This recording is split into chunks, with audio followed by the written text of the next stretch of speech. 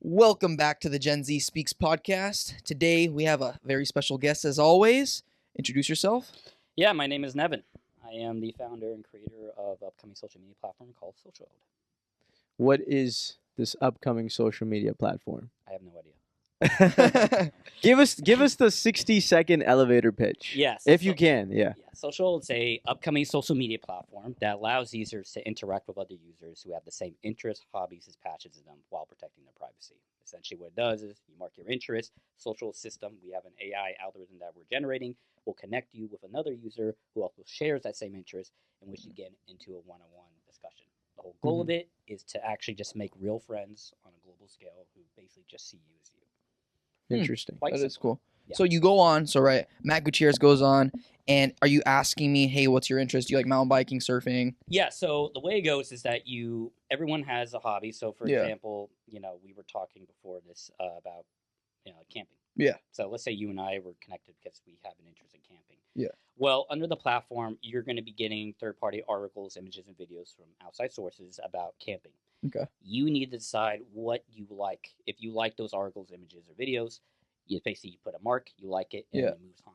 Now, under the back end, social structure Yeah. is going to actually, again, we're developing this AI algorithm that will actually connect you with someone who also has verified interest in that camping. So for me, if I was interested in that, you and I will be connected. Yeah. And that's how the structure goes. Oh, automatically. Automatically. So when that happens, what makes this such a unique platform that nothing on the market today is, when you and I connect, Yeah. we have no idea who we are. Right. I don't know. There's no usernames. There's no avatar images. There's no identification whatsoever. The reason why is because of that saying, don't judge a book by its cover. Okay. The moment you put something up online, like an image of yourself, Yeah. a username, you create a point of view. I mean, right now, you guys are looking at me. You have a point of view. I hope it's positive. But anyway, the point is that we want to remove that because we want people to start to get to know people based off the way they talk to each other through text messaging structure. And then at the end, if you guys want to become friends, like if you and I were talking, there is basically a trial period. Once we have that discussion, it pops up. Do you want to be friends? Yeah. Nevin, do you want to be friends with Matt? I say yes. Matt, do you want to be friends with Nevin? You say no or okay. Then you just be friends. If not, we separate and repeat the cycle. So what about the people that put a lot of effort in looking good?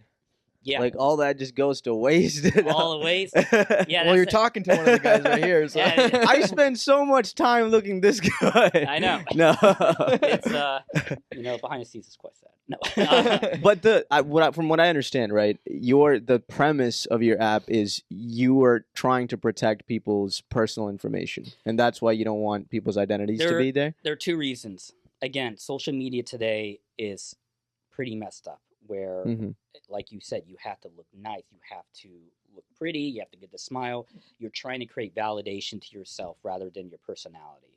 And under social structure, we want to remove that. That's why under this privacy layout, people get to know you based off how you talk to one another rather than what you look like. And also, in today's society, especially in the U.S. politics, I mean, once you say your political point of view, you're just like toast, dude. You're gaslit. It's just like, oh, I'm a conservative. Oh, I'm a liberal. And it's like, oh my goodness, you're full on. And I hate that because you're now identifying that person based off one aspect of who they are. We may clip this up to make it seem like you just said that you're a conservative, by the way. Oh, okay. All right. Well, you know what? I'm out. But I mean, in truthful, that is what, and all of us are doing this. Yeah. I mean, it's insane because as much as we want to say, our brains tend to analyze everything at every moment. So even in that one interaction, your brain subconsciously tells you, okay, I know what this person is, which is stupid because you don't get to know the person. Yeah. So by having that privacy structure in place, you actually get to know the person based off how they, you speak to them in the way. Well, any need of, hey, I need to get a good picture of myself. I need to be leaning next to a Corvette. I need to show my 6 abs. I need to have a really tight bikini last, this whole shebang. Okay, so you go ahead, you find this initial person that has some interest with you, right? Messaging them, you guys say, hey, this is cool, and then it's like a follow kind of thing? Like you guys follow each other? So under this layout, it's a style called Meet, Talk, Connect. Okay. You meet the individual. Yeah. You know that both you and the individual have the same interests. So back to that camping example, Mm-hmm. we get it's basically like a text conversation. Yeah. The only difference is we get a notice saying, you, me, Nevin, you have the same interests as this. Yeah. And again, there's no name, so it's just like user 2225. Oh, really? Yeah. So there's no names, no avatar images, no identification, even a name. You create a point of view of person. We want to remove that entirely because we want people to get to know the individual rather than making assumptions based off one little thing about them. And by doing that, you get to know people more of who they are rather than, again, what they look like. What their name is. So before the podcast, you were telling us you spent a lot of time researching this. Yeah. You spent 2 years researching. So tell us what you found during this period of research. Well, it was actually 4 years. 4 years. Brag. Yeah. Yeah. So the biggest issue when we were starting out was finding the data to justify this. When social media really came into play around 2011, 2012, but it started to, obviously, we're all familiar. It just kind of skyrocketed insanely amount. But what really came into play was during the pandemic. When that happened, you said a platform like TikTok rose. I mean, if you ever see the data on this, it's insane. Like from 2019 to 2020, it gained half a billion followers, and then the next year it gained another half a billion. So a billion followers. Yeah, that's insane. It's insane. And, 1/8 of the world. Yeah. Yeah, and what were you doing? You're standing there and you're dancing. And again, it's nothing against it. It's just the way where social media is now, where everyone's trying to fight to get on top of the mountain, look at me type of thing. And the truth is, you can have all these people are following you, but do you actually know them? Do you actually have a real friend that's in that facility that you have? Because I mean, depression, loneliness, it's a big impact right now on social media today, where you can have 100 followers, 10 million followers. Who actually knows you other more than seeing you as an idol rather than as an individual. So we spent, 4 years doing a lot of research in regards to, first thing we needed to see is what is the problem that we need to identify, and then what is the solution to fix it, because it wasn't like an apple hit our head and said Socialode. It was more like, okay, now we know what the problem is. How do we fix it? So we tried different techniques, different styles. Originally, social was called interest space. Which was more of a website design, and then we had to change it because we realized that people were more trending to the mobile version of it. So it's been a lot of trial and error, but now we got our ground set and we're kind of pretty happy about it. Okay, so I'm still kind of going back. Yeah. You guys connect, right? You guys are messaging, and then is there like a phone number exchange type deal? No. So everything's in-house. In-house. In the platform. Okay. So if you have just imagine you getting a text message from your friend. Yeah. It's just usually, the name and then your text conversations. This is a style that's called, I said, the meet part, you connect that, now you're in the talk version. Okay. It's kind of like a trial period where Okay. you can engage with this individual. Yeah. You both know you have the same interests and you get in a talk. Now, there are restrictions, obviously, making sure there's no icky people out there. Right. Like, hey, go to this website. Hey, my phone, we have restrictions and all that. But basically, you talk with this individual within a trial period, which is basically within the specific word limit that we integrated behind the scenes. So you have to actually talk to these individuals. It has to be substantive. Yeah, you can't just say, hey, another person says hi, and then you connect. That's just not an appropriate way to make a friend. Okay. It's not even real. But under this structure, you talk, and then when you hit that word limit, a notification pop up saying, you spend this, you pass this trial period, you want to become friends. Then both individuals need to say yes. If one says no, then this part's over. Done. And then there's other restrictions, like let's say you connect with an individual and none of you communicate, we'll automatically kick you out of that conversation. Also, we have a red flag system, like I said before, you can leave conversation. We want to make real friends. That's our goal. And in order to do that, we need to make sure that it's basically like a field. We got to make sure the field is stable for individuals to jump on because, you think of like Twitter now, you could just follow anyone and you just don't know. I mean, you could go online and buy Twitter followers. Yeah. You can, yeah. So you're making this friend now. So, hey, Nevin, we're going to be friends, right?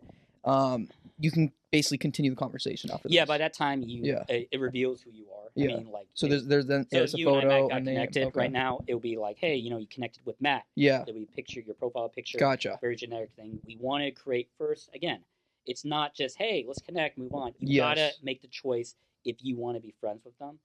because again, we live in that society where we look for people who have value, Yeah. and then we tend to dislocate like leave people behind if they don't think, all right, this guy's not good looking, Mhm. this girl's not pretty enough. I mean, we want to remove that because you have to talk to the person, Yeah. and that's kind of the layout we want to go for. What's the word limit?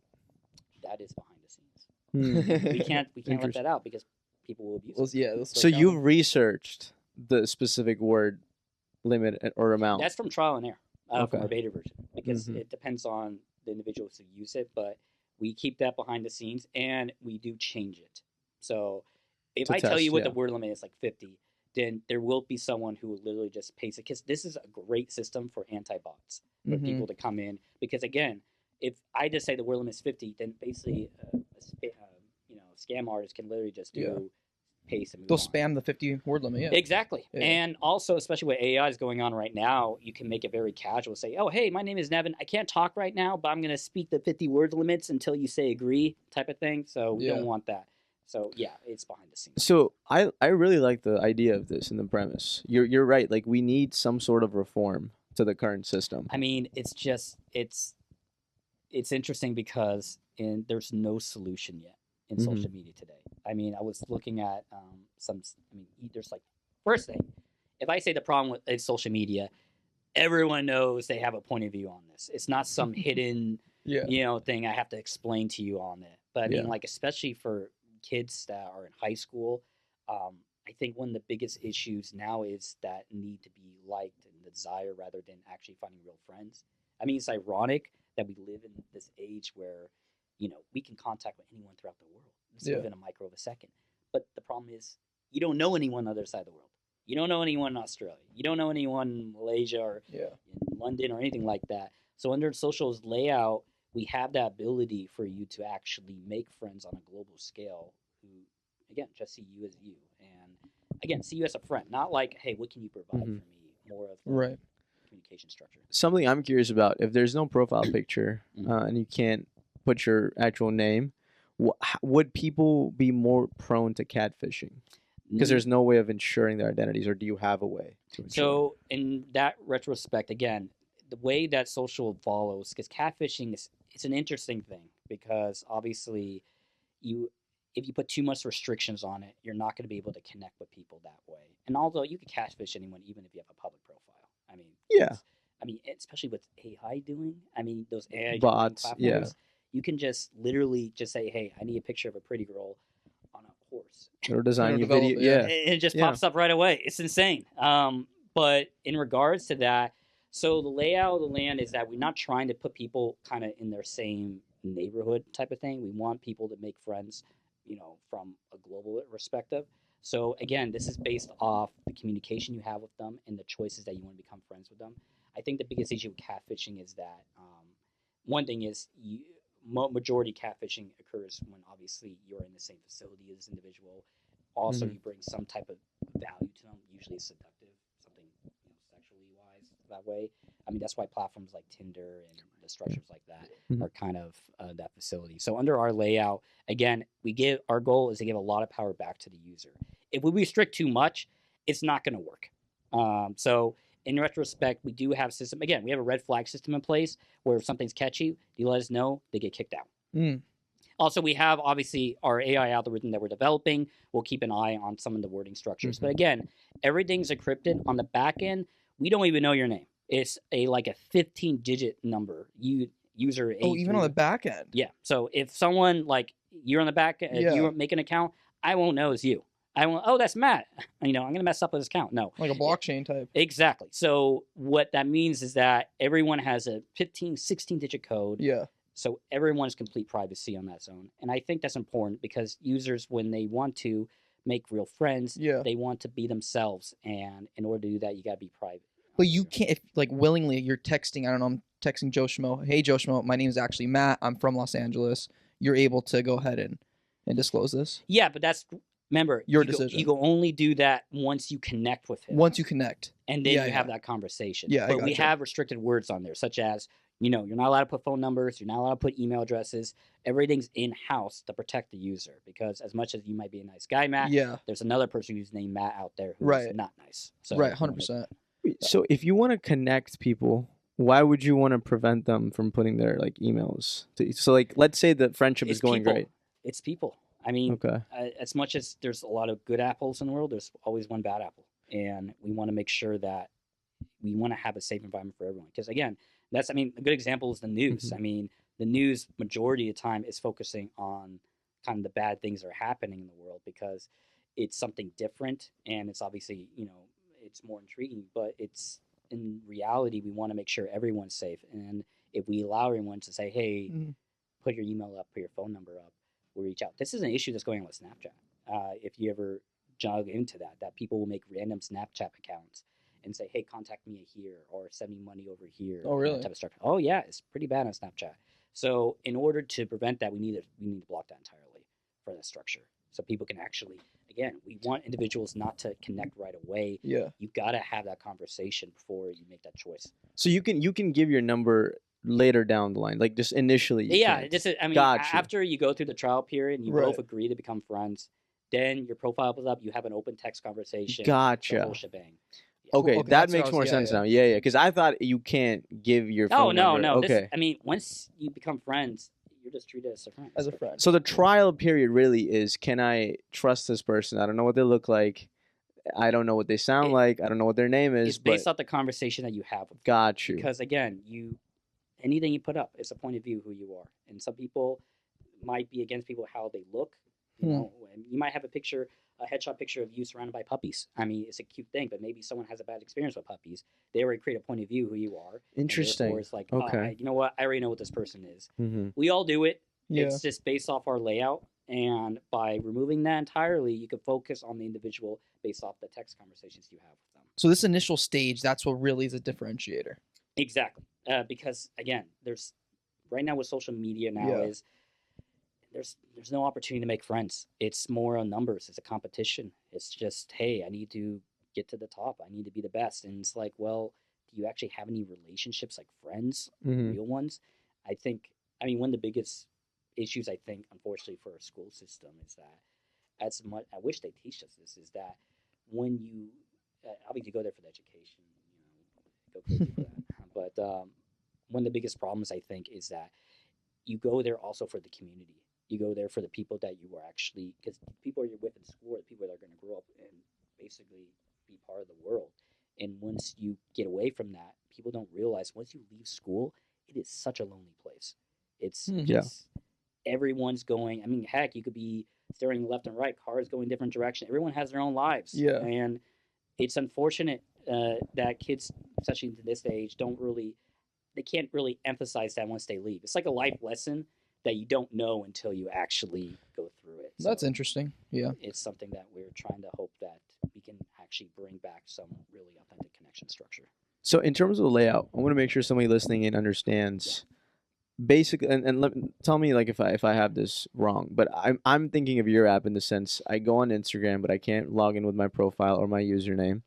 I can my goal would be to put down my interest. I'd be connected with people from all around the world that'd be interested in that thing. I would go through a trial period with this person, and then after we both approve of each other, we get to see each other's profile, and we basically get to text each other on Yeah, there. like an Oracle. Yeah. Yeah, but we just can't post anything. We're just it's I basically. mean, once you become friends, you could post and you have that ability interaction with it. The first stages of it is first having that one-on-one discussion, and then we obviously have verified account structures in place. So someone says, "Oh, I'm Tom Cruise," and it's like, "Oh, really?" No. So we do have that structure to make sure. That's one thing. It's against catfishing. It's Right. that and that's what a lot of these platforms are doing now in regards to making sure that who you're talking to is the right person. So the emphasis is friendship over followers. Exactly. Got you. Because eventually, everyone's going to realize the followers are just numbers, Yeah. And the older you get, the less friends you have. I mean, it's the truth. People go away. Life. Yeah. Yeah. I mean, you can have BFFs in school, and then they might go to a different state because of a job or a relationship, and then That's what happens. Yeah. that's life. I mean, Yeah. Have you seen that chart of like the relation to your friends from like age 0 to age 80? Oh, yeah. You've seen that, and it just slowly, gradually decreases and then starts to increase after like your 60s. It's just Yeah. it sucks. I mean, it's just what life is. Yeah. But there again, since there's no platform out there to make that layout. I mean, the only thing closest similar to that is platforms like Tinder or eHarmony, but that's a relationship Yeah. structure, and we don't want that. We want people to actually. Oftentimes, not just relationship. Yeah. Yeah. I mean, there's a like Bumble, for example, if you've heard of that. Oh, yeah. Sure. What they do is, if you want to have a friend, Yeah. Bumble will connect you with someone. There's a problem with that. Oh, yeah, huh? There's a problem with that because it doesn't keep that anonymous feature. So there will be a picture of you. There will be your name pop up. And again, that brings up the same problem. As soon as you put something up there, there's a point of view of who you are. So some people might, back away from you or join you in the end. So we want to remove that entirely so you get to know the person based off their personality rather than what, oh, this Yeah. guy looks weird. This guy has, what's up with his hair? I mean, Yeah. his teeth are weird. Oh, I'm just going to leave. And it's Right. like, no, you can't do that. You got to meet people based off your interests. And again, it helps on all platforms. I mean, I'll give you an example. Like in the beginning of the year, beginning when we started, we did a beta testing platform, a focus group. We got like 100 people. No, I didn't get 100 people. We just hired a company to do this. But we didn't run around the street. Yeah. Come here. But what we did is we got 100 people and we asked them some questions about their life, their economic factor. And what we found out was that around people who were doing paycheck to paycheck had the same similarities of loneliness and depression with people who were financially stable. And it was interesting because it was like, why would you do that? Because you have two completely different economics. Someone who's doing paycheck to paycheck, while the other one is living luxury lifestyle. And we asked these individuals, they asked them, but the response was for those who were in poverty, saying that basically what it is, I don't have the finances to go and socialize. I have to make ends meet, 9-to-5 job. And the people who were financially very wealthy, they said, I can't trust anyone because everyone's after my money. Everyone's disagreeing with me. So I don't actually have a real person to connect to. Yeah. Which I found was interesting because you would expect that more money leads to more happiness or some form of satisfaction, but it just brings more people you can't trust. So our layout, which I really like about how we do it, is that it doesn't matter if you're wealthy or poor. It doesn't matter what your political point of views are. It doesn't matter what religion you're in. Yeah. If you have something in common, social is going to connect you with someone who does. And then, again, you make the choice. Do you want to become friends with this person or just part ways? And if you part ways, there's no fear of harassment. No one's going to come after you and say, hey, why you said no? I'm going to follow you, man. No, it's just since your privacy, your name is gone, no, this username, no one's going to come after you that way. So, was there like an epiphany moment where you're like, I need to make something happen? This came from, I wish I could say that, like I said in the beginning, like Apple hit my head and said, got it. And it was like, no. It was a gradual thing.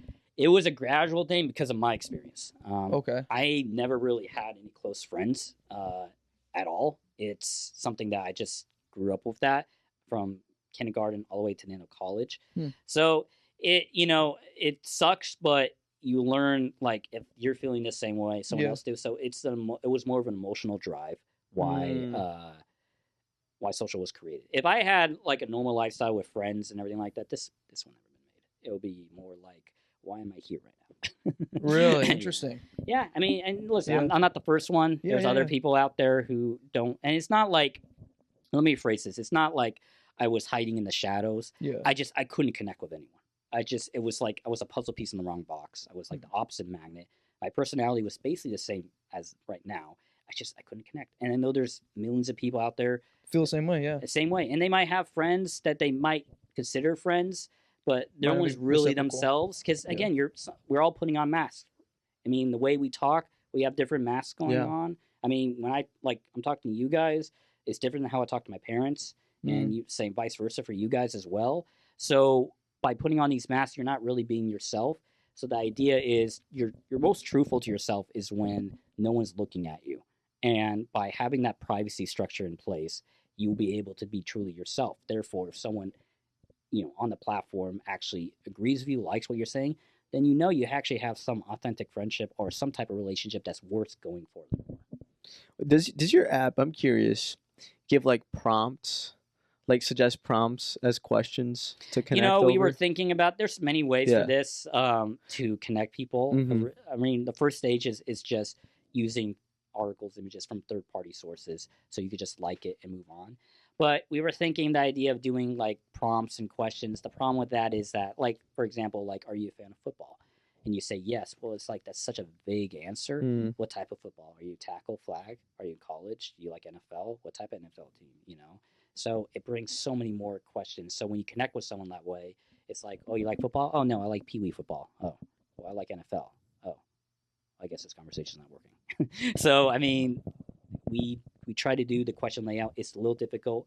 I know a platform like eHarmony, for example, it's another dating platform, but I know when you make that account, they give you like 300 questions you got to answer. Oh, really? Yeah, they give you a lot. Yeah. Like 300 questions? like 300 questions. That's more than the LSAT. Like, that's 3 times the I mean, size. I'm not saying exactly 300, but I mean, they Yeah. give you a lot because it's a dating Yeah. platform Yeah. and it's a different market. But, and again, you're there to obviously find a Meet relationship. somebody. Yeah. But they give you a lot of questions. And Mhm. that's cool when you're trying to find that special someone. But if you're just trying to make friends, again, we have short attention spans. That's why TikTok's doing great. That's Right. why these shorts coming in now, well, they've been doing the past 2 years, but now it's just the main factor because Yeah. our attention span is like, what, 6 seconds when you scroll through TikTok, YouTube Yes. Shorts, like 1, 2, 3, 4. 6 to 7 seconds, you're swipe, right. Yeah. swipe. You have to adapt to this Yeah. market. So if we made a platform to answer all these questions, it ain't gonna work Right. because our target audience is between the ages of 18 and 35, and that's the zone of, hey, we got to keep going, keep doing things. No one sits around and answers all these questions. Mm. No. So interesting. So people under the age of 18 can't access Oh your no, platform. no, that's a big no. Okay. Because And how do you have a way to verify their yeah, age? all that's taken care of. That's people are people. There's, again, you might have one of those bad apples, so we make sure that, hey, if you are under 18, you ain't doing it, just for safety, security reasons. I mean, I'm glad that Instagram was about to do that, but stopped. So I'm happy about that way because I think when you get that young, your job is just to see the world, not to Mm. Yeah. stare at your phone. Unfortunately, that's not what reality is. Right. A lot of kids still on social media, but Yeah, there was I think there was like a document on the Global Media Index. It's something you can find online, but they said that for high school students, if they spend 62% of, I don't know how many people they tested, but it's around 62% of individuals who go on social media more than 3 hours deal with some form of mental depression or anxiety because they're looking at, Wow. and I mean, it's not like severe, but but still some. Yeah. because Yeah. you see these stuff on, and you see kids that are the same age that are driving Ferraris and Yeah. Lamborghinis, and they feel inclined that is what they need, and Right. then if they don't have it, then they feel less confident of who they are, and therefore when they feel less confident who they are, Uh-huh. they're less engaging with people in their real lives. Kids are saying, well, I don't have that look or that feeling. Oh my. I was on your website, and what I appreciated about it, there was this one line where you said, everybody knows the Netflix film The Social Dilemma, right? Like Yeah. it analyzed the downfall I'm happy of they made that. yeah. Yeah. right, like analyze like the pitfalls of social media. And you had this one line on your website that said the social dilemma talks about all these problems, but not as much about the solutions. Yeah. And your company is trying to fix, like actually have a practical solution to this problem. Yeah. I know your personal story inspired the company, but did you have like a light bulb moment, like where you were like, "Oh my God, I need to personally take this into my hands and do something about this"? Listen, when you go through having not friends for like your whole, essentially your whole life, like a close friend, it just, it's not like one moment like I have to change it. Mm-hmm. It's more like, okay, I feel this crap, and I can either just lay in my grave and say, okay, checkmate, I lost, or you can say, okay, if I'm in the dark right now, there's someone else out there that's in the dark. I gotta get them some type of light. So it was.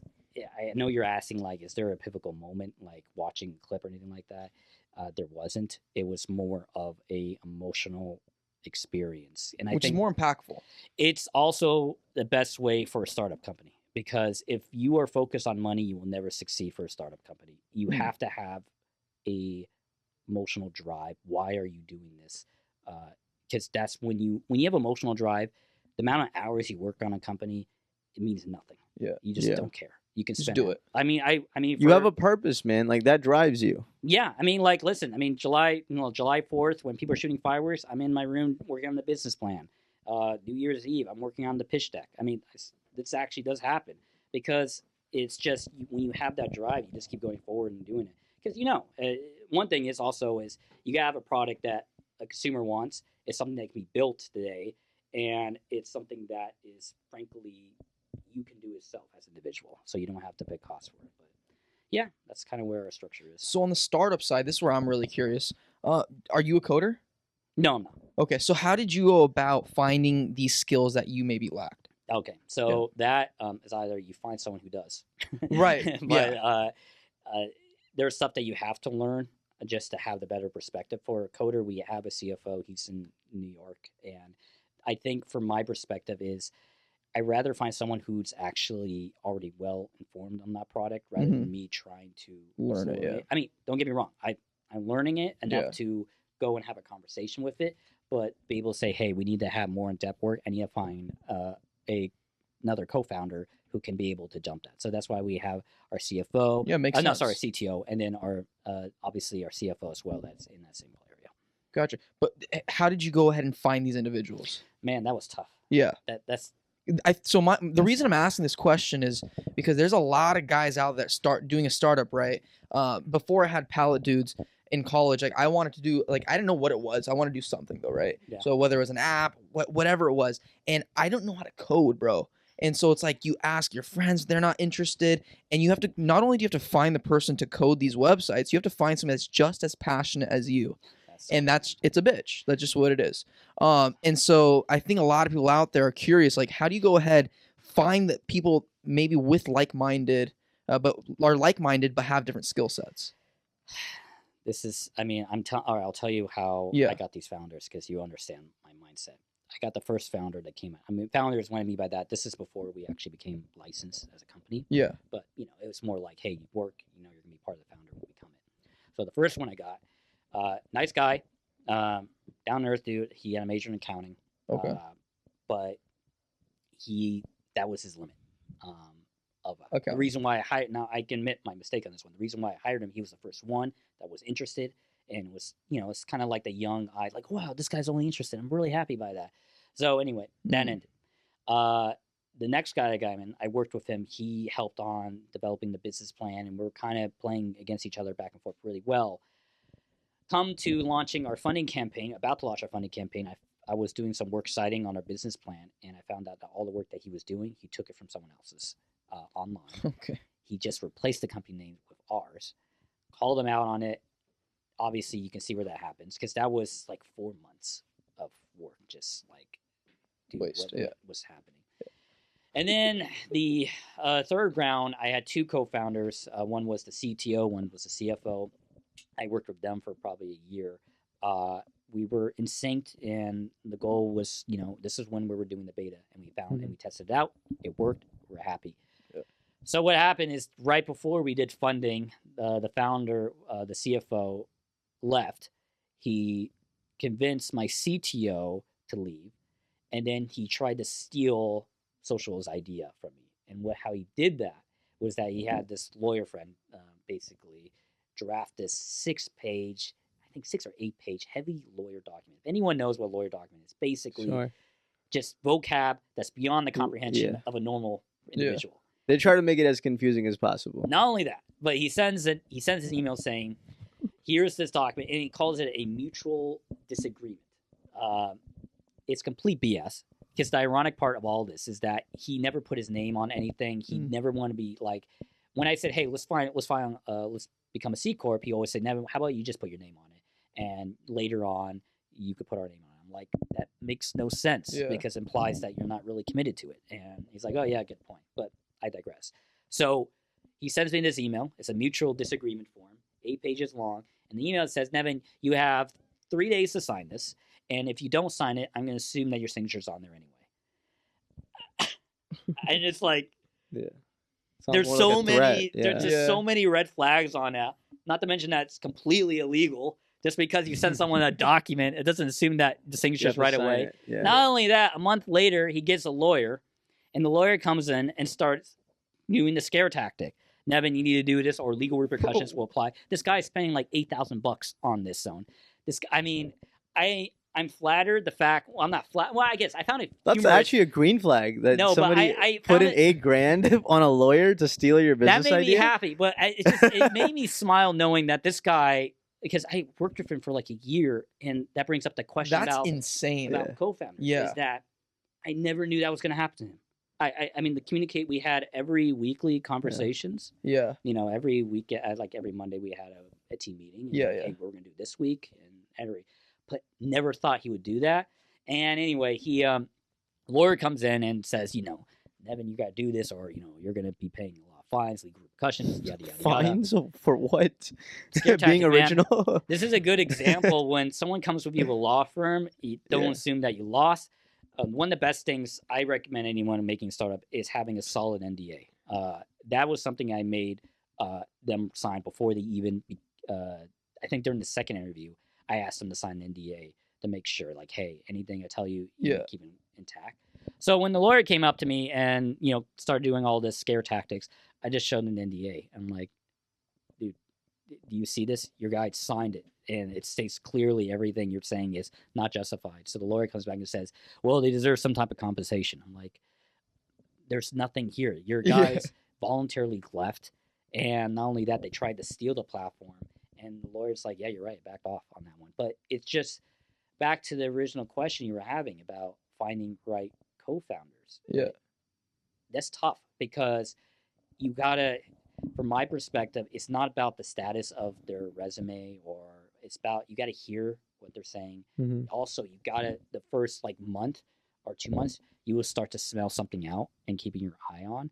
So yeah, after that hassle, I was just, God. Sounds like the Facebook story, the Winklevoss twins and like Mark Zuckerberg. It's the it's Yeah. the reverse of that, right? It would like, be nice if Yeah.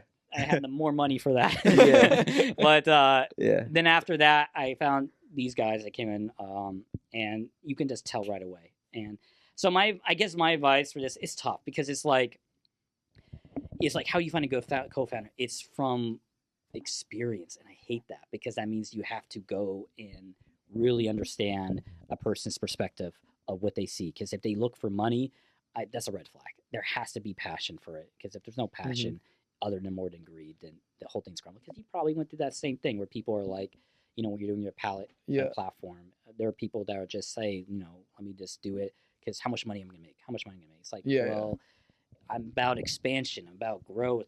there has to be another reason. Because you didn't make your companies and structures based off the idea of being wealthy. You came in from an idea because you knew, okay, this is what I know I can do for A, B, C, D. Yeah. It's the same concept. You identify a problem and then you create the solution, exactly. right? Yeah. So anyway, that's just kind of the layout of. Did you meet the co-founders in person, or were they more like virtual friends? They actually, I shot an application up online.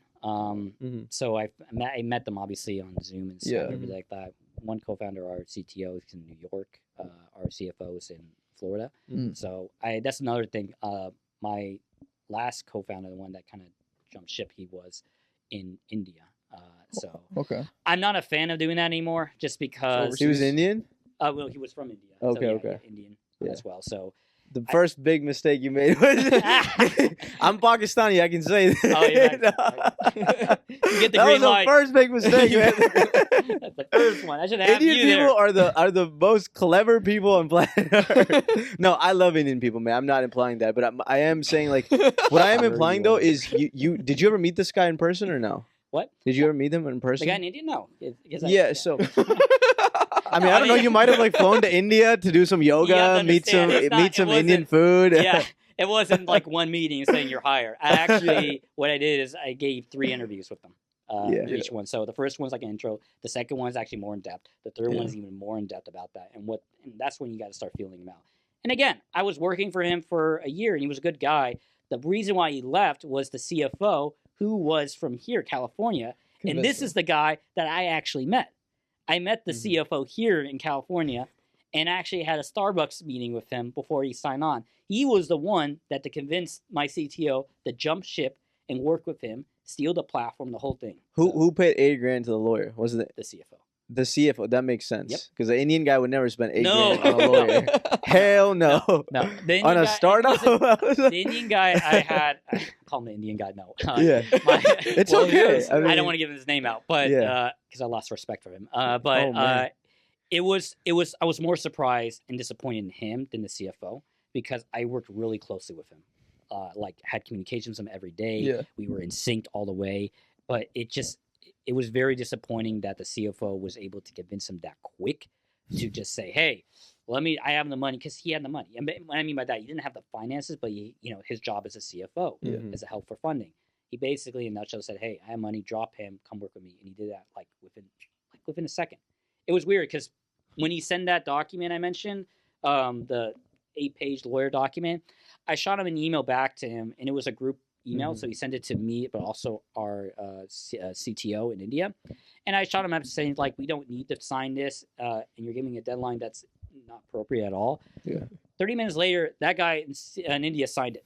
I mean, like, I'm Wow. like, dude. All it took was 30 minutes That was to it. sell his soul. I'm looking at Gmail, and I'm seeing, dude, this is an 8-page document, and it's like words that I can't even describe. And I can speak fluently, and I can read pretty well, but this guy signs it in 30 he thought he minutes. was going to be the next Slumdog Millionaire. Exactly. He thought that was his ticket to... That's when I started to smell like, okay, I see the BFF going on, because obviously they didn't say, hey, we're going to work together. My theory was, which I'm pretty sure happened, is that he contacted the CTO right away and said, hey, I could do this. Let me just do it. I'm going to send you this document, just sign it. He signed it. One thing they didn't anticipate was the fact that I wasn't an idiot and didn't sign that mutual agreement for him. I wasn't scared by his lawyer layout. Again, this is what I like telling the story is because you don't need to, when you get a scenario like that, you don't need to freak out. You just have to reset and say, okay, well, they signed an NDA. I'm pretty safe on that. And not only that, but I don't need to sign anything if I'm not legally obligated to, because at that time, Socialode was not a company. So there was no legal repercussions for doing that. But still, I mean, this guy was just like, okay, bro. Hey, bro, we got to hide our script now. Somebody might zoom in on the title and steal it. I'm going to flip it this way. Nevin might take it. I think my takeaway from your story, though, is I have never launched any business, but from what I can see, we've interviewed some people in the past. Yeah. We used to do this virtually, and I think it's really important. And I know you met the guy like a couple times at Starbucks. Yeah, I met him one time. You met him one time. We had multiple meetings on Zoom and everything. Yeah, but I think it's important to have that in-person connection. Because like if you, and I'm not saying that's like it's still guaranteed. They'll still might rip you off, because if you watch that movie with Mark Zuckerberg, when he founded Facebook, right, like there. Even though if you are tight in person, that doesn't mean that they're not going to rip you off. But I do think you build more of an emotional bond with the other person. When you're in the trenches with them, you're seeing them every day in an office. I think it's just more effective, in my opinion. It's a good point, because it depends on how they speak about the product. If they are focusing more on statistics, it's cool. But if they start saying like a passion, like, why am I doing, like when you guys asked me, why did you make Socialode? I told you, no, I didn't say, I looked at the numbers. Because I spent like 10 years in this market of digital advertising. Wow. I worked with other startup companies for the social media area. And yes, when you spend time there, you can see the market. But that did not push me to make it. It was from my own personal experiences. And having that emotional connection, obviously, when you have a co-founder who has that same zone, kind of it's like, okay, there's something more than just, I want to fill my pockets full of cash. Yeah, you got to be on the same level with whoever it is, like in order to make a business in general. I think everyone's going to have ulterior motive. I mean, not everyone. There's always going to be people with ulterior motives, though. I mean, the way I think about it is you're disconnected, right, online, so they don't have any like true connection to you, right? And then you work together in person, and there might be build some connection, but then also, the more you work with somebody, the more you realize that, hey, you start nitpicking the people and you become a little resentful of this, resentful of that. There's always going to be ulterior motives out there. In today's society now, everyone's working remote now. It's just, again, the more digital we become, the more isolated we get. Yeah, it's true. That's what it is. So you have to either accept defeat or adapt to the market. And ideally, it would be great to go back to those like 80s and 70s. None of us were born at the time, but go outside and play in that type of style. But we can't do that anymore, because now we have this technology advancement so big that you have to adapt your products to fit the industry now. And it's now in this digital world. So that's one thing with social, is that we are trying to adapt to it rather than we're forcing you to change it. And, again, I like giving a lot of power back to the user. I want to have that. They'll make the choices. I don't like when other like corporations kind of tell you what to do. Yeah. Like X, for example, if you say something, I don't know. There's you see the news articles. Sometimes someone puts something up there and X just takes it down right away. To each their own, but But you want true freedom of speech to a certain extent, obviously respectfully. I mean, again, under social structure, it's not like you post something up, everyone on social is going to know. It's again, you're marking your interest, you connect, and then you talk. The goal is to make friends, not followers. So there's no space for influencers on the app. Well, what we're working on is we're working on the idea, and we're structuring this having public profiles where our companies and influencers are using it as their branding. So, example like a Coca-Cola company or even Taylor Swift type of style, those are both brands of a company, and we want to have the ability to have those publicly open so users can follow them, and therefore it creates another path to connect users. Because let's say you and I like 10 public profiles, then social's algorithm will be able to say, hey, listen, both you and I connected because we have interest in these 10 public profiles. See, again, this is a little tricky because we want to treat it as businesses rather than as public. Because if we just start letting everyone go public, it becomes just like X. Yeah, because I was going to ask, what if Taylor Swift is in the market for a friend? Like, what if she just wants to find... Well, I mean, see, that's why you have What if she's tired of all the Swifties? She's like, enough with this. I'm curious if she actually is. Like, Maybe. Probably. Just a side note. I mean, obviously NFL is kind of hitting harder her on that. I think she's a normal girl. I just think that the media just puts her. I mean, that's one thing. When I watch football, I hate it when they show her. And honestly, I don't think she hates it too. She just it seems to me she's just trying to watch the game. But it's so annoying. And I'm like, how can she just cooperate with that? And it's like, okay, well, so many sales have gone up. I don't mind seeing her reaction. It sucks because the it's money's there. Market, yeah. It is. The Swifties are coming to NFL. And I think it's good for business. I think it's good for everyone. No, it's good for business. Yeah. It's as a person, it kind of sucks. Like, it sucks for her. So well, she's making money, but she probably hates that she's making a lot more enemies now because the media is just filming her all the time. Because she's a Chiefs fan, or no? It's just a Chiefs fan. And because when you put too many, if you advertise someone so many times, you start getting irritated by them. So now every time, you're right. Kansas City, when before this whole relationship happened, I was a huge fan, and I'm still a good fan with it. But now it's just like I don't even want to watch it because I know when you give it to Kelsey, it's just gonna show her cheering. Swift. I know. So you want Travis Kelce to fail on the football field? No, I want him to succeed. I don't want to keep filming his girlfriend. I don't care. I want to see the play. Honestly, I don't mind seeing her reactions. It's interesting because I think it's bringing in the female. But he has a thing for T Swift. You do? Yeah, I don't. A big thing. He wants her to become an Ahmadi Muslim. What? I mean, if she's open to it, sure. We would love to have her. Sister Taylor Swift, if you're in the market for the truth, you can hit me up at Ibrahim.ahmad2k on Instagram. You know what? Right now, filming this, you should have a T-shirt that says love for all, hatred for none. Rip open the jacket, bro. Yeah, I mean, I'm a football fan, obviously. I mean, I'm not really into that. Look at the celebrities, see what they're doing. Again, I guess that kind of justifies the reason of what are making her platform because I don't care if you're like Taylor, for example. You have an example. She's obviously one of the most famous people in the world, no doubt about it. Nothing against that, but obviously she has to be very careful who she's interacting with now because everyone's looking at her as this idol rather than as the human of her likes and dislikes. So that's kind of the style with social structure is that you could connect with Taylor technically on Socialode. But again, remember, you and Taylor need to have something in common. Not only that, then you and Taylor need to have a conversation. Again, you don't know it's Taylor, and you have to decide if that conversation is worth enough to have some interest conversation. So basically, in a nutshell, Taylor can talk to you, and you might say, I don't like this person. You'll leave. So and you just lost the chance of being insane. friends with Taylor Swift. That's dope, though. That's a gamble. Yeah, because once you say, if you got connected with Taylor from that and said you got connected to Taylor Swift, you're going to like everything she says. You're going to say, I agree, 100%. Yes, I love dancing. I love ballet. I love, stuff that I have no... I love the Chiefs. I love Travis. I love dudes with mustaches. Yeah. I'm attracted to them. I know. But so under this complete privacy structure, you get to know her because of her. Because maybe she has an interest that you don't know about. And again, because of the privacy structure, you can just say, oh, I like this person. This person likes... I don't know, planting carrots. Oh, when you find out he's Taylor. Oh, okay, wow. Yeah. Okay, so you said in the beginning you don't want this to become a relationships app, right? You Nope. don't want it to be a dating app. No. Why not? Because this Because seems to me like the ideal dating app because you have no There's one problem. masks. What's the problem? You want to answer it? I mean, you think you know what it is? It's pretty simple. Think, what is the one difference between?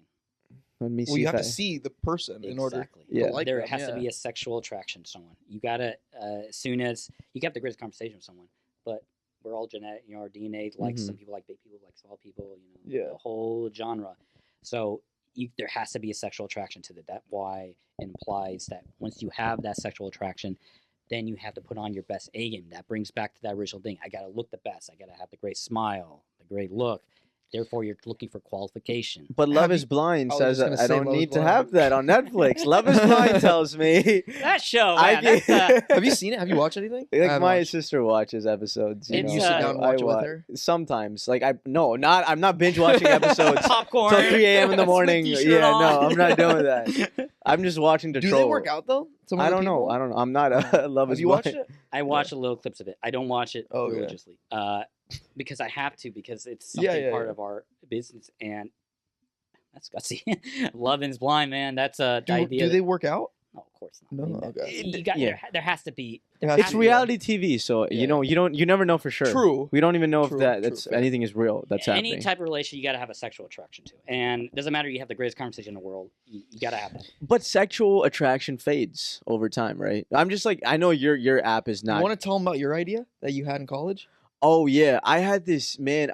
It was honestly I forgot a lot of it, but I had a cool name for it. It was called Cuffy, and the whole idea was you would use it would not be more so like it would be more what was it? I'm actually, don't remember? I don't even remember. I remember this You still. Yeah, break yeah. it down, bro.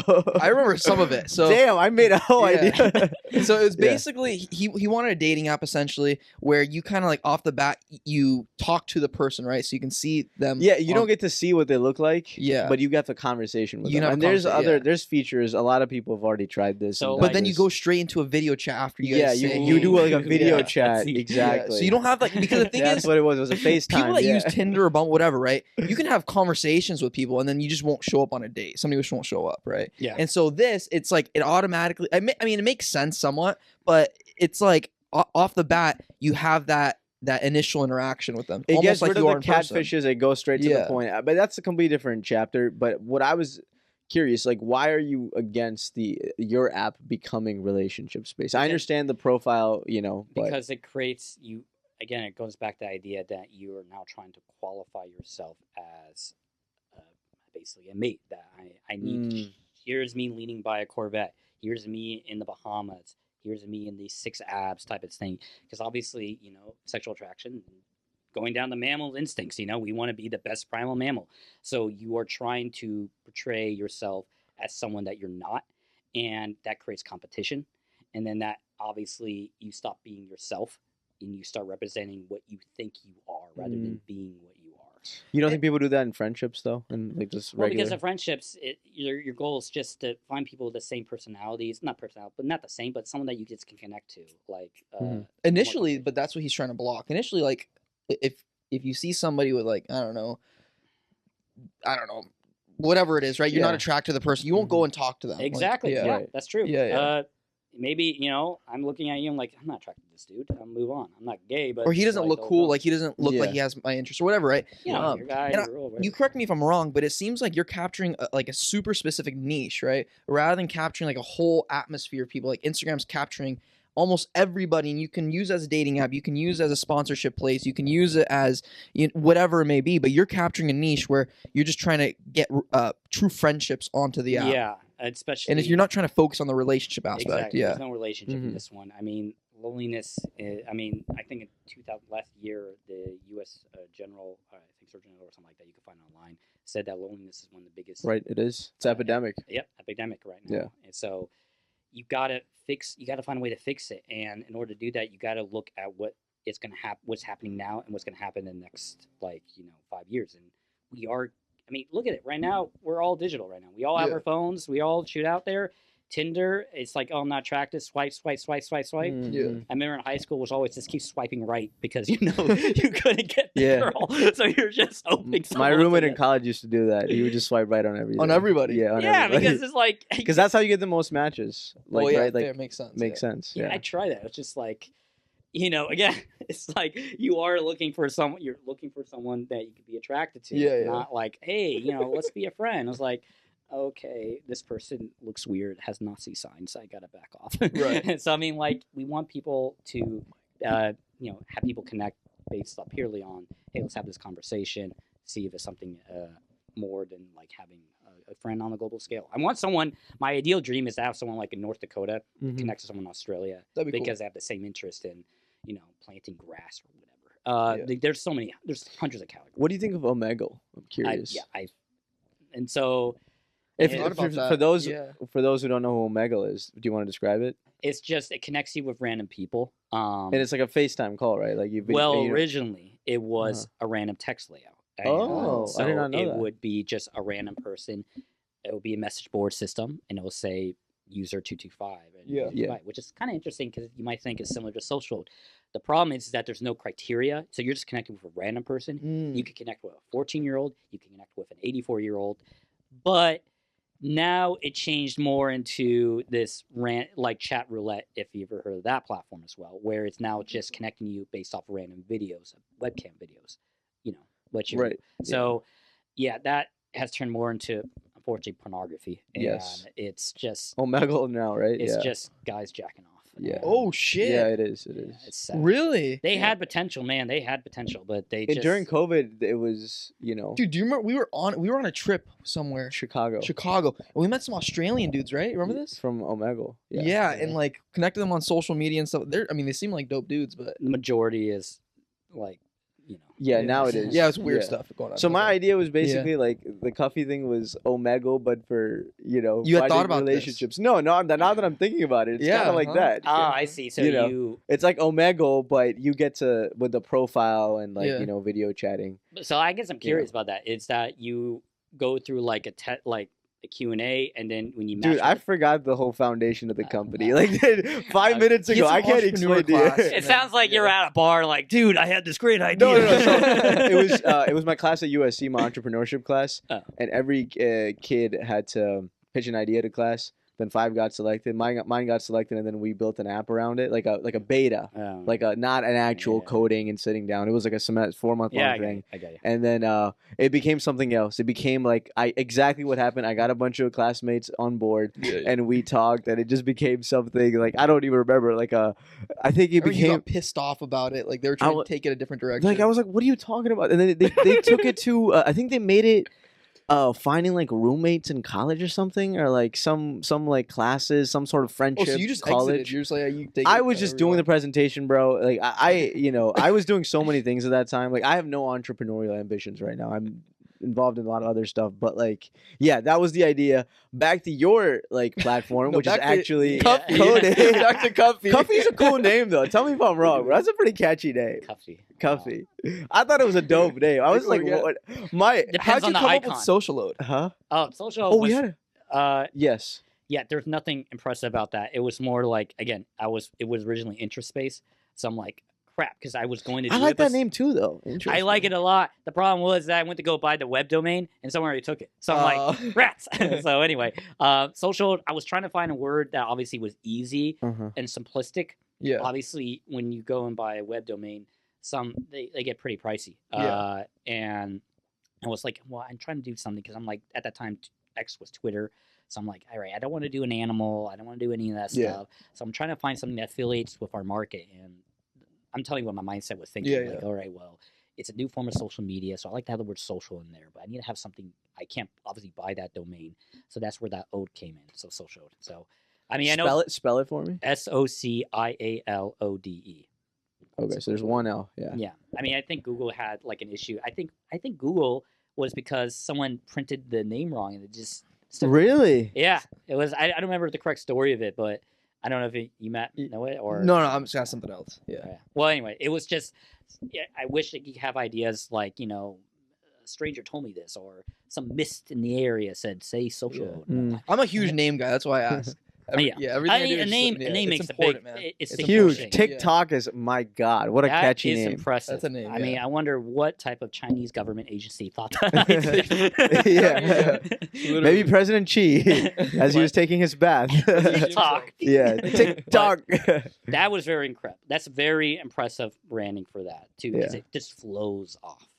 So did you buy, out of curiosity, did you buy the domain first or become incorporated? Are you LLC or No, we're C corp. C corp? Okay, so did you create the C corp first or No, the domain? Domain first. Domain. So it was an S. It was like sole proprietorship, right? In Yep, the beginning, sole proprietorship. you bought the domain, Transferred it over. To transfer the over company. C corp. Okay, Yep. gotcha. So, And then so off the bat, if you're comfortable talking about this, you don't have to, right? Before it was incorporated. I don't know. Was there a loan? Did you have to take out loans to do this? Did you do your personal It was financing? personal. Yeah. Financing. I'm not a fan of putting out loans when Yeah. you're not. I agree with you. When you are in that stage where one thing is you're not producing money, Yeah. or you're not in that zone where you know money's coming in soon. Yeah. That's unless you have the greatest idea in the world, like for your job, when you have like, hey, I have a warehouse, I have the ability to do pallet structure. That's a little more stability because you already There's have more stability. you have inventory, but also you have the operations to do that. For the mobile application, that's difficult because not only you have the development side, there's also the marketing perspective. You got to make sure you can have the greatest idea in the world, but if you don't have the marketing to actually bring it out there, it's just going to crumble away. You got to listen to the market. Originally, not originally, but before the pandemic, we were talking with a college, I'm not going to say university, of integrating that into their school. And the idea was to allow students to connect with other students who also are in those same classes. Because obviously when you go to college, business 101, there's like 20 classes. And the idea is to have students connect that way. That's right. GroupMe has tried to do that. Yeah, I saw that too. And we were we were having meetings, but the pandemic kind of shut everything down, kind of burned that bridge. And then we went back and it's like, you know what? We want to hit it more on a more global. I would say global, but right now we're just going to be focusing on our nation here. Okay. Before we jump into other ones, because obviously that takes more time, obviously more money. But that's the end game. Regulations, laws, all some countries are like, there are countries out there that say, hey, we need to see everything, and then there's others saying go crazy. So it depends on the regulations. Yeah. Depends on security. Also, when you have people's data, that brings up a lot of issues of protection and privacy. And our goal, and my goal priority, is privacy. I mean, none of us, me and CTOs here, but we're not like rich billionaires. We're not from companies. We're just guys that went through, well, for me personally, I created it because of that emotional experience of isolation. And I want to follow that rather than saying, okay, we're going to start selling your data to some foreign entities. So anyway, it depends on the country as well. So the most important question is, how do you plan on making money from this app? I have no idea. We have a ad platform with it. It has to make money because because capitalism. I mean, I don't. Well, there's a talk. We were going to talk about like how about we make it as a a service. You pay. I don't like that at all because you mean subscription model? Because once you do that, you have there's a sense of value and obligation you need to provide. And I want to give this out to everyone rather than just saying, hey, you need to pay to play type of thing. So we do have an ad revenue structure that comes into play that is pretty efficient. We're still testing out the kicks on that one because obviously we don't want to overbear on, but at the same time we want to make sure that we have enough funding and obviously the revenue coming in so we can keep the operations going also for growth and expansion on that as well. And also there's other not just ad revenues, but we also have different options like multiple match events, the ability to connect with more than one individual. We're also going to have restrictions. So it's like you connect one person, that's great, but maybe pay a little bit more. You'll be able to connect with a couple other people, group meetings. So we have other ways to generate revenue to come in. As much as I would like to make it free, it's capital. The world ain't going to fall around that. So we need to make sure we have enough funding to come in to not only keep it functional, but also keep it protected to make sure everyone's there. Are you in your first round right now? Yeah, we're in first round. Okay. We'd spent the past 4 years working on developing it. So it's been it's a lot of work when you're doing a startup because especially when you're kind of the jumping on board and kind of making sure everything. It's like a giant puzzle piece, and you got to make sure everything hits the right place. At the same time, I think the greatest enemy is time. Nothing's gonna be perfect. it's always there's something that's gonna go wrong. Yeah. But you can't look for perfection. You got to take and- action. Yeah. Oh yeah, I Yeah. rather fail doing something than wait and Right. expect and then eventually time will just take its toll. Yeah. 100%. So yeah, that's where we are. We became a company this year, and we're actually going through our funding campaign right now. So we're pretty excited about it. Getting a lot of good feedback, and overall, we're hoping to make the world a better place for social media. Knock on wood, fingers crossed. Are you right now the chief marketing officer as well when you're Yeah, overseas? it's a small group right now. Again, it's me, CFO, CTO, and we have an individual up in Bangladesh that helps up in the designs, and he's been with us pretty while, so he's a pretty legit person. Mhm. Not from India. Used to be India though. Be careful. So is Slide Pakistan. below. So is Yeah. Pakistan. Yeah, we all used to be Last India. ceiling. That's my lost. I need to go right now. They're my I need to make a cousins. phone call. So So my right now- lost cousins. Are they? Is it just off? Are they being paid off equity right now? Yeah. Even the guy in Bangladesh. No, not that one. Not that one. Okay, gotcha. He will get stock options for that. He'll get stock Yeah. out. Okay, gotcha. Everything. Yeah, but that's another thing. When I Yeah. mean, when you're doing a company startup, Yeah. that's a big question about like how much do you give? How much equity do you give to a co-founder? Obviously, it takes in place how much work they're going to provide and how much work can be done. Yeah. But also, it comes from experience. So, like when I started off with those other co-founders that Yeah. kind of failed and did their things, eventually you get to the point saying, you know what? If you offer a little bit more, they're more incentive to keep doing it. Because if you offer someone like a 10% co-founder equity, they treat it almost like a part-time job. Unless you give someone like 30%, they're Yeah. going to treat it a little bit more of a passion for them. If they want to make it happen, yeah. Oh yeah, so that's just that was tricky when it was starting out. Like how much equity you give up, and at the same time, you have to understand once you fall in so many times, you get to the point just like, you know what, I want to get this out because I want to make this platform or market better. I mean, I think we right now. From the data on there for like the global index online, it's like 8 billion people use social media, 4 billion So are everyone on planet Earth. yeah, but like half of them is our target market, 18 to 35. Yeah. And it's just, I mean, there hasn't been a solution that's just like, hey, make friends. No, everyone, because again, you can't blame them. I mean, it's money. If you want to, do those crazy TikTok, hey, I'm going to punch this one. I mean, it's wrong. It's immoral, but people do that TikTok trend. I remember like 2 years ago was eating the Tide Pod. Tide Pods. Oh, that was a long time ago. Yeah, just That was a long. Yeah. that was, kinda- like, in high school. Yeah, no, I just remember that. That was a big craze, and it's just like the Yeah. mindset. And there's always something now. I mean, now everyone's dancing and like, hey, each to their own. But I mean, at the end of it, you know that when they say cut, they're gonna go back to their normal lives. And it's like, well, do you have any friends like that? Yeah. I think if you find a way to market this app, I think it has a lot of potential. Yeah. Like market it the right way and like to the target audience and speak about it in the way that people like understand it really quickly. I think it has a lot of potential. It's I think if this was just a generic social media platform, it will never succeed. Right. You have to either two things for a social media market. You either put a lot of money in it, hence TikTok, or you reinvent the wheel. Knock on wood, we're trying to change something that way. Because, I mean, shorts did not come into play until TikTok came in. Right. And or Reels, yeah. Yeah, Reels or shorts. And when that pandemic hit, that just changed the whole industry in regards to jumping on. Because after TikTok came in, I believe Instagram started doing those short reels, Yeah. and then YouTube Shorts came in, and now we're in this zone, and now that's kind of dying down. LinkedIn now has them. Wait, Really? LinkedIn I has have what? not seen. LinkedIn has like reels. No way. I'm not kidding. It's like a little module at the bottom. You like press it. What do you put on there? I honestly haven't gone. That to has a lot of And I potential. was looking. I was Yeah. like, what No, the but it's hell? like LinkedIn. It's basically a job. It's like a job Yeah. fair. So, the But curiosity is look, like, we're so used to scrolling, right? So they're like, man, yeah. we're already so used to it. It's not going to be that much of an adjustment for the consumer. So but it you have to makes total understand, it's sense. like they have to go on the app. They have to physically download the app enough. So it has to be interesting enough for them to literally go and download it and press it and scroll up. So that is the question you got to figure out of what is enough value for them to go and download it. See, like TikTok, for example, a lot of people have it because there's so much value of scrolling up. Mhm. LinkedIn, I don't know. There's thought leaders. I think these thought leaders are go on there and they record like how to become a better sales rep. Oh, those you know, guys. stuff like that. Yeah. I think it'll take off probably. What do you 'Cause think about those videos of people I mean, especially on YouTube Shorts, there are always those guys talking about being Ty Lopez.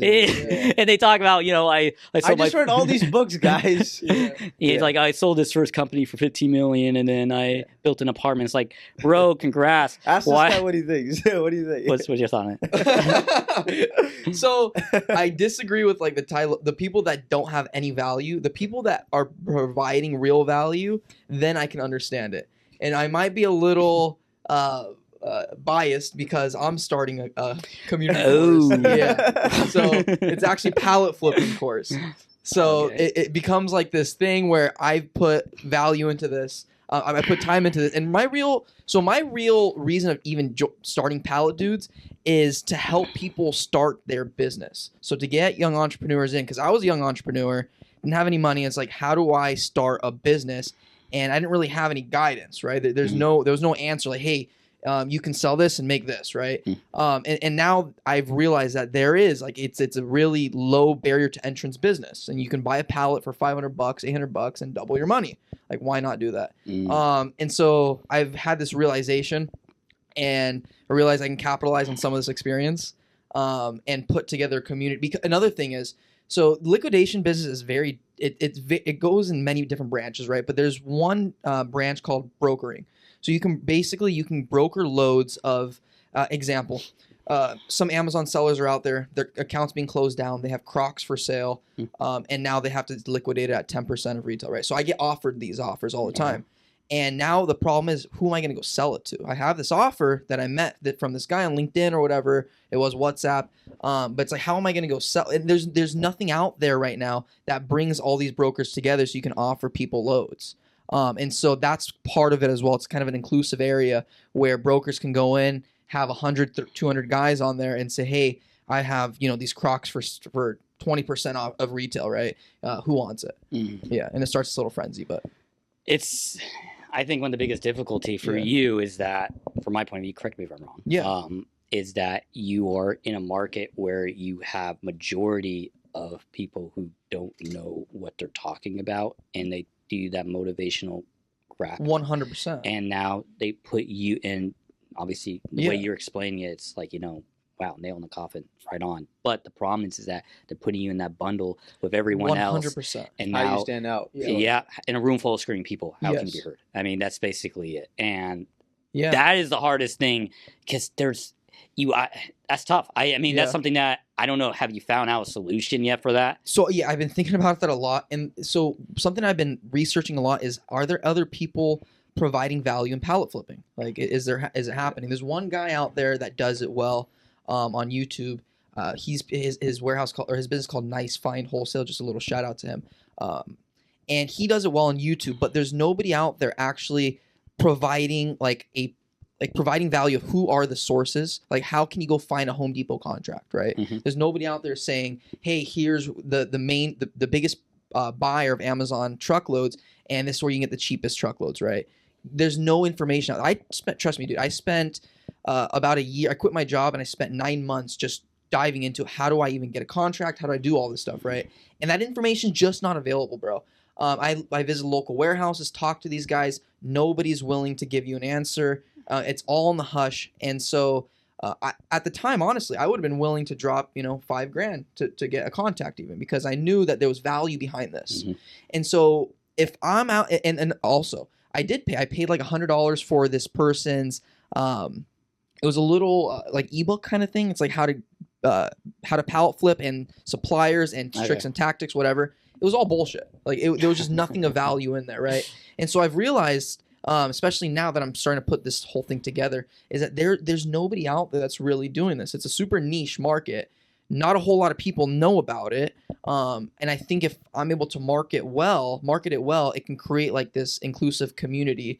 I'm not trying to make it look like some Amazon, right? All these, anyone can go and sell and all that. Yeah, right? I hate those. It's a niche market. Yeah. It's if you want to put in the work, literally, if you put in the work and you want to make an extra dollar, you can do it. Yeah. His advantage is it's so specific. Yeah. No one out there is doing it. Like, I'm sure you've seen the e-commerce ones. Everybody's Everyone's telling doing you. e-com, everyone's Everyone's doing stocks. doing- You Yeah. see those Crypto. shorts, the guys Yeah, surrounding like, this is how I made $10,000. How will I make Yeah. $5,000? So, yeah, nobody. I haven't seen. You're right. I haven't seen anybody talking about pallet flipping. So The that's problem why- is that the way they sell it is like so simplistic that why is no one else doing it? Right. And the truth is, even your job, and the pallets and anything like Yeah. that, there's work in that. I mean, There's a lot of work, There yeah. is. You have to put in the amount of work to Yeah. achieve the amount of wealth you want, and I think that's annoying. It's unfortunate Yeah.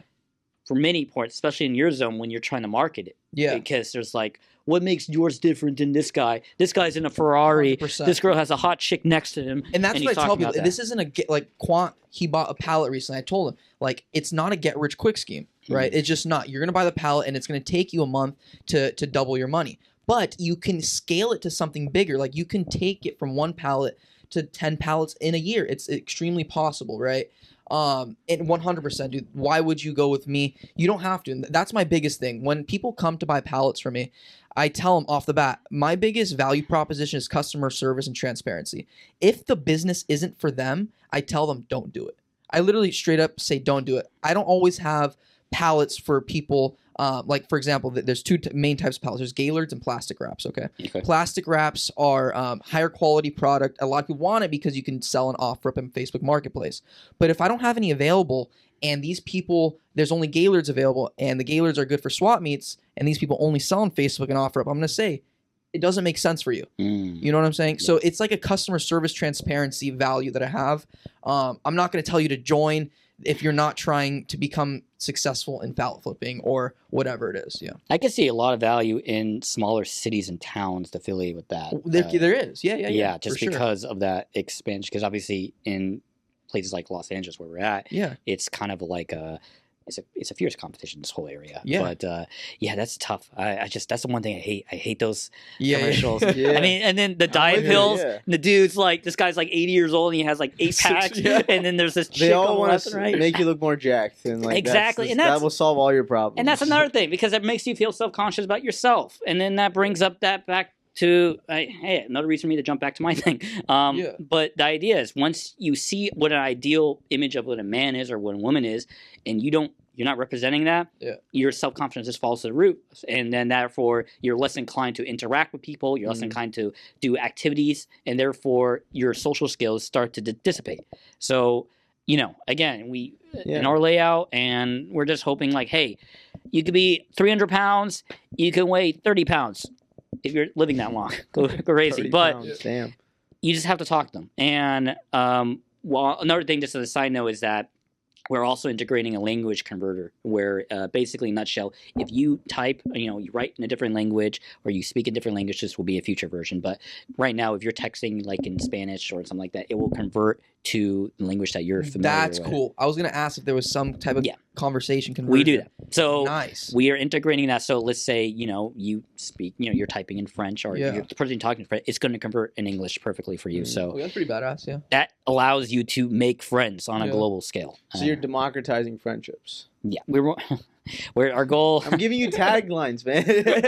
Come on, spend it on your little app and Cup is bring Cup back. As a Hashtag former Cup. founder and chief executive officer of Cuffy. Hashtag Cuffy practical Cuffy game rises. lived That's what it is. experience. I like that. It's just like you want no part of it. I mean, what was the reason why? What It was was the the route? class. I have no like. It You was, just didn't care about the product. so my background. I'm an artist, right? Like I Yeah, do stand up okay. comedy. I make films. I act. And I was taking this class at USC.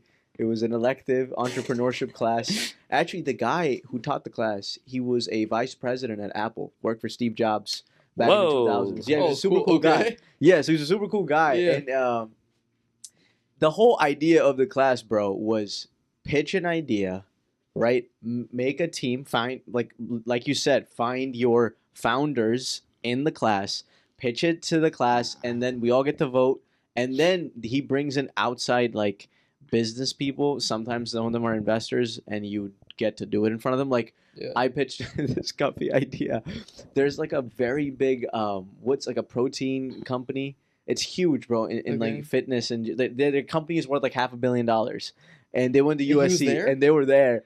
listening to all the pitches That's and pretty dope. ideas. Like yeah. like muscle milk or I think it was muscle milk. really? I think Yeah. it was muscle milk. I might be wrong, but it was one of those big brands. It's a legit product Yeah, too. so my point, it's a super cool class. I was like, hold on a second, like That is pretty dope. So I actually Yeah. did think about like I was in college, like how do I fix this? Because I saw a lot of people were looking for relationships and love, Yeah. and it seemed very superficial. So I was like, cut all the BS, FaceTime. If you really want to find somebody, just FaceTime them, like period.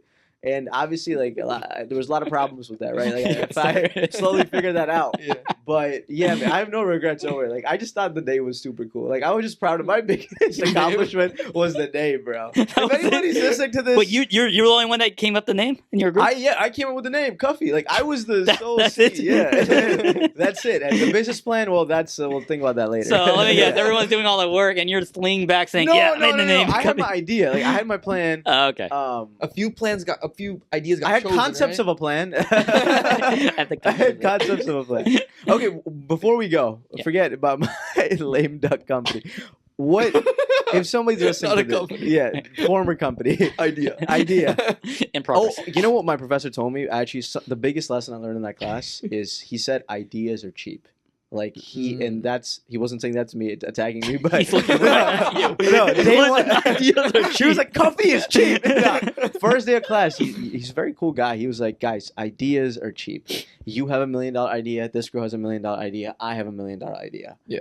Everybody has ideas. Yeah. It's up to execution. If you can execute, then that is your asset. If you can't execute, you have no value. But somebody listening to this, what is your biggest takeaway from this conversation and specifically your app? Like how do you think what is the 5-year plan that you see for your company to take? Well, I mean, such a big Or question. the global, like your vision. You talked about some of it, but like what's the That's big, exactly yeah. it. My vision is what I told you. I want someone in the most random place, in the random town, in the most random home to connect with someone in other parts of the world who have that same interest. I want someone who doesn't matter if they're flipping patties at McDonald's or a multimillionaire who is able to connect because they have the same interest in something. I mean, we are in a society where all our communication is digital. We're not doing mail anymore. We're not throwing pigeons out with notes. We're not doing any of that. And the more we become digital, and I said this, the more digital we become, the more isolated we get. The pandemic was a really prime example of this. That's why TikTok did well, because people wanted, it's in our nature to be with humans and have that interaction with it. And right now there is a big disparity of regards to what is a real friend compared to what is a follower. Especially you're hearing some news, unfortunately, of people, TikTok individuals, are not just like any YouTube, doing depression, suicide, being harassed online. It's a big thing going on right now, because now there's no rules out there. So our 5-year plan is to make this world a better place, to allow people to just be yourself. You don't need to show off. You don't need to look for qualifying yourself. Look at me. You just say, hey, this is what I have something in common. Let's talk. If not, move on to the next. And that's the end game. Again, I made Socialode not for money. I made it for my own emotional and personal life of not having friends. And I know that if I went through that, someone else doing it, and someone else means millions of others. And doesn't mean that you could be isolated. You just can't connect with anyone. So again, right now, if anyone is interested, we always love having individuals that sign up on our platform, on our website. It helps us out because when it's launched, all we need is just an email. Literally, that's it. We just need it so we can send you the app. So anyone wants to jump on our website, it'll be great. What's the website? Socialode.com. Socialode.com. So Socialode.com. yeah, that's it. And Cool. if you get on there, just need an email so we can be able to just check it out. If you don't want to, no harm, no foul. We're not going to come after you yet. You did the voiceover for the animated video? Yeah, that's your voice. No, I recognized it. I was like, I know this voice. Yeah, that was the first animated video. Interesting. I had to do the storyboard and everything, and I remember this was a long time ago. I had to put it under my pillow sheets, under my blankets, doing the. Oh in shit! this day and age, Oh, you're the never audio, alone. yeah. Oh yeah. That's a little behind the scenes. Impressive, isn't it? But we obviously It's a changed. story. Yeah, it is. It's a story. Yeah, check out the video. The animation is pretty cool. It gives you a good concept of what we are, what Yeah. we're representing. More importantly, what the problem is in today's society. So The concepts of your plan. yeah, that's exactly it. To a certain extent. And Progress. practical steps as well. Yeah. But I mean, overall, guys, I mean, it was great having you. Not great having you. I'm great to be part of this. I felt like I was in charge. I appreciate you guys' interest in this. We're just starting this funding campaign, so we're always looking for people. More importantly, we're looking for podcasts that are affiliated to our target market because we want to make sure that not only we make it, not the word out, but also something that it's something that people are interested in. So Thank you for coming on. I appreciate Thanks, your Nevin. time. yeah, no problem. Thank you. Appreciate you.